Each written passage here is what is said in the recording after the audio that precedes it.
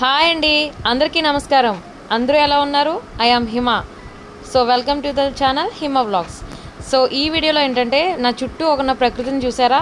ఇది ఎక్కడంటే భీమవరంకి 7 కిలోమీటర్ల దూరంలో గరగపర్రు అనే విలేజ్ ఉంది. ఈ గరగపర్రు అలాగే చిలుకూరు మధ్యలో ఉన్న ఒక బ్యూటిఫుల్ నేచర్ని మీకు చూపించడం కోసం అయితే వచ్చానండి.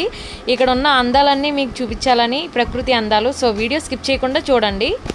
ఇక్కడ చూసారు కదండి, చుట్టూ పచ్చని పొలాలు, దూరంగా కొన్ని కొబ్బరి చెట్లు అయితే ఉన్నాయి. సో ఇక్కడి నుంచి మనకి చిలుకూరు వెళ్ళే మార్గం అన్నమాట. సో మధ్యాహ్నం కరెక్ట్గా 3:30 టైం అయింది. సో నా వీడియోలో ఇక్కడ ఏంటంటే ప్రస్తుతానికి ఈ విలేజ్కి ఆ విలేజ్కి ఉన్న వే అయితే మీకు చూపిస్తున్నాను. అండ్ దారిలో కొన్ని చూశారు కదా, ఇక్కడ రైతు భరోసా కేంద్రం ఒకటి కనిపిస్తుంది మనకి. ఇది గరగపర్రు నుంచి లోపలికి వెళ్ళే మార్గంలో అయితే ఉందండి ఈ వ్యూ. అండ్ ఇక్కడ చూశారు కదండి కొబ్బరి చెట్లు, అలాగే ఇక్కడ చెట్లు అయితే ఉన్నాయి, పైన కోయిలు కూడా ఉన్నాయండి. సో ఈ మార్గం మధ్యలో అయితే చాలా బాగుందండి. అదిగోండి ఇవన్నీ కూడా కొబ్బరి చెట్లు మాట. కొబ్బరికాయలు కూడా చాలా బాగానే కాసినాయి. సో ఇది భీమవరంకి 7 కిలోమీటర్ల దూరంలో అయితే ఉంది. మీరు ఎప్పుడైనా ఈ చెట్టు అయితే చూసారా ఏ విధంగా అయితే ఉందో? ఈ చెట్టు పేరు ఏంటో కమెంట్ సెక్షన్లో చెప్పండి. చూసారు కదండి, ఎటు చూసినా ఇంకా ఇక్కడ అరటి తోటలు అయితే కనిపిస్తున్నాయి. చుట్టూ ఎటు చూసినా మనకి పొలాలే కనిపిస్తాయి. ఈ ఊరు మార్గం మధ్యలో అన్నీ కూడా పొలాలే ఎక్కువగా కనిపిస్తున్నాయి. అలాగే రొయ్యల చెరువులు కూడా ఉన్నాయండి ఇక్కడ. సో ఇక్కడ చూసారు కదా, ఇది వాటర్ చూసారు కదా, ఎర్రగా ఉన్నాయి ఈ వాటర్. ఎందుకంటే మనకి పైన ఫ్లడ్స్ కాబట్టి ఈ పిల్లకాలువలు కూడా చాలా బాగా నిండుగా కనిపిస్తున్నాయండి. సో ఈ వ్యూ అంతా కూడా చూడండి మీరు ఈ వీడియోలో. దూరం నుంచి చూస్తున్నారు కదా, ఇక్కడ చూస్తున్నారు కదా, ఇది అంతా చేపల చెరువు అన్నమాట. చేపల చెరువు చూసారు కదా, అంటే మనకి సెట్లు ఏమీ లేవు. సో ఇది చేపల చెరువు.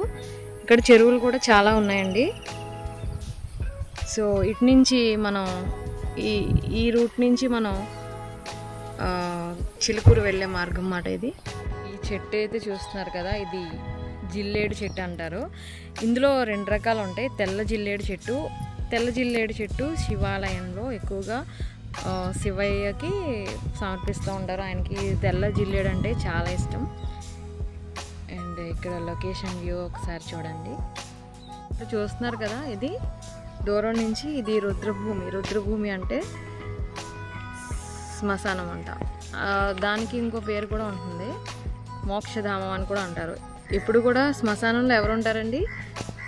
పరమేశ్వరుడు ఉంటారు. చూసారు కదా, ఆయన అక్కడ తపస్సు చేసుకుంటున్నారు. సో ఇది అయితే రుద్రభూమి. ఈ ఊర్లో అయితే రుద్రభూమి అంట ఇది.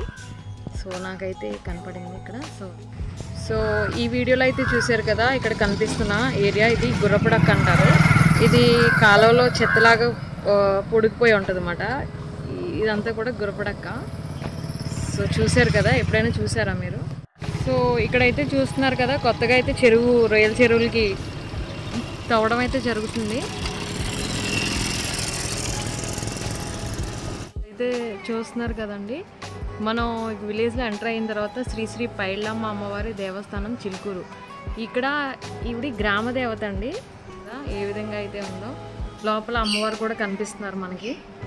చాలా విశాలమైన నేత్రాలతో ఉంది ఆవిడ.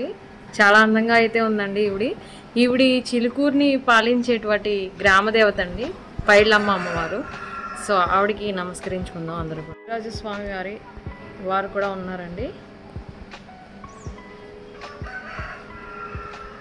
అండ్ టెంపుల్ అంతా కూడా చూశారు కదా మీరు.